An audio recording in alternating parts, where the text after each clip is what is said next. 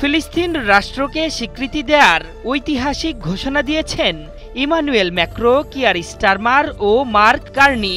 আগামী সেপ্টেম্বরে জাতিসংঘের সাধারণ পরিষদে ফিলিস্তিনকে রাষ্ট্র হিসেবে স্বীকৃতি দেবে এই পশ্চিমা দেশগুলো।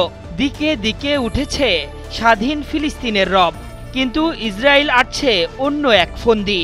দখলদারদের মিত্ররা যখন ফিলিস্তিনি রাষ্ট্র স্বীকৃতি দেওয়ার জোর দাবি তুলেছে, তখন পুরো গাজার নিয়ন্ত্রণ নেয়ার পরিকল্পনা সাজিয়েছে দখলদার প্রধানমন্ত্রী বেনিয়ামিন নেতানিয়াহু।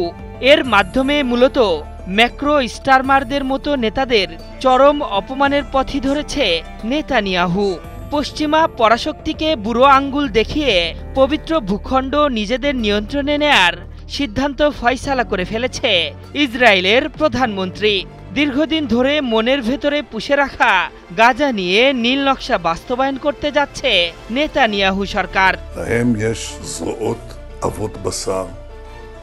বেনিয়ামিন নেতানিয়াহু সরকারের ঘনিষ্ঠ এক কর্মকর্তার বরাতে ইসরায়েলের ইয়ানেট নিউজ জানিয়েছে, সিদ্ধান্ত চূড়ান্ত, গাজা পুরোপুরি নিয়ন্ত্রণের পথে এগোচ্ছে নেতানিয়াহু সরকার। সেই সাথে গাজার যেসব অঞ্চলে জিম্মিদের আটকে রাখা হয়েছে সেসব এলাকায় পুরোপুরি সামরিক অভিযান অব্যাহত থাকবে।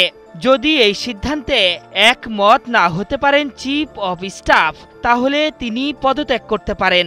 ইয়ানেট জানিয়েছে, ওই কর্মকর্তা আইডিএফ প্রধান লেফটেন্যান্ট জেনারেল ইভাল জামিরকে ইঙ্গিত করে এমন হুঁশিয়ারি দিয়েছেন, যিনি সম্প্রতি গাজায় সামরিক অভিযানের ব্যাপারে আপত্তি তুলেছেন।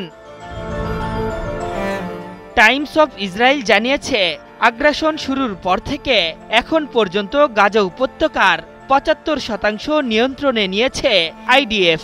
এবার বাকি অংশেও অভিযান পরিচালনা করে পুরো গাজা উপত্যকা নিজেদের নিয়ন্ত্রণে নিতে চাইছে নেতানিয়াহু সরকার। এদিকে ঘনিষ্ঠ মন্ত্রীদের নেতানিয়াহু বলেছেন, গাজা উপত্যকা পুরোপুরি নিয়ন্ত্রণে নিতে মন্ত্রিসভার সমর্থন চাইবেন তিনি। যদিও দখলদার প্রধানমন্ত্রীর এমন পদক্ষেপ নিয়ে ঘোর আপত্তি জানিয়েছে আইডিএফের গুটিকয়েক ঊর্ধ্বতন কর্মকর্তা। তবে মন্ত্রীরা বলছে, সব শেষ কয়েকটি আলোচনাতেই একাধিকবার গাজা উপত্যকা দখল নেয়ার মতো শব্দ উচ্চারণ করেছে Netanyahu. America and Israel must stand together. গত জুলাইয়ে ফিলিস্তিনকে রাষ্ট্র হিসেবে স্বীকৃতি দেওয়ার ঘোষণা দেয় ফ্রান্স। দেশটির প্রেসিডেন্ট সেই সিদ্ধান্তের কথা ফিলিস্তিন কর্তৃপক্ষকে চিঠিতে জানিয়েছেনও। এরপরই জি7 জোটের দুই দেশ কানাডা ও যুক্তরাজ্য একই সিদ্ধান্তের কথা জানিয়েছে। এছাড়া আল আকসা অঞ্চলে দ্বিরাষ্ট্র গঠনের প্রস্তাবে সায় দিয়েছে আরব লীগ ও ইউরোপিয়ান ইউনিয়ন। তবে বিশ্বমোড়লদের সিদ্ধান্তকে পাত্তা না দিয়ে গোটা গাজা উপত্যকায় নিজেদের নিয়ন্ত্রণে নিতে কাজ শুরু করেছে বেনিয়ামিন নেতানিয়াহু। আশরাফুল ইসলাম, ৭১।